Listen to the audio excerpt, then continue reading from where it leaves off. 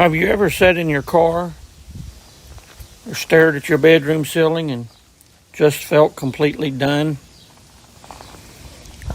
You're trying to be a good person, trying to do the right things, trying to grow your faith,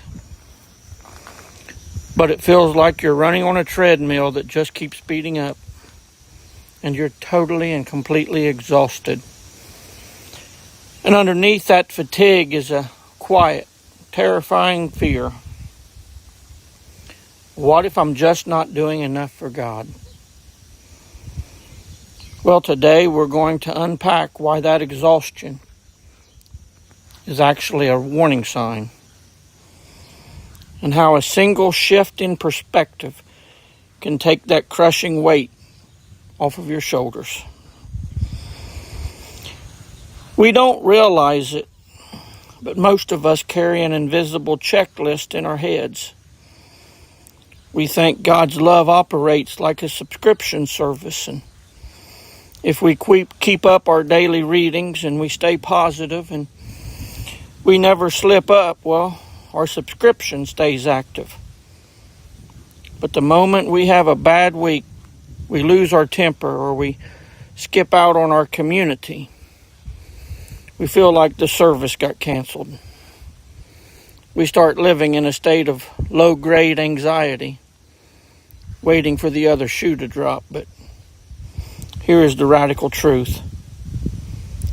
God never gave you that checklist. Religion did. Culture did. You did. But God, well, He operates on an entirely different system. I want you to think about one of the most famous stories ever told.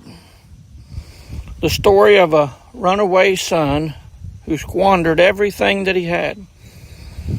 He hit rock bottom. He lost all of his money and ruined his reputation. But on his walk back home, he spent the entire time rehearsing a speech.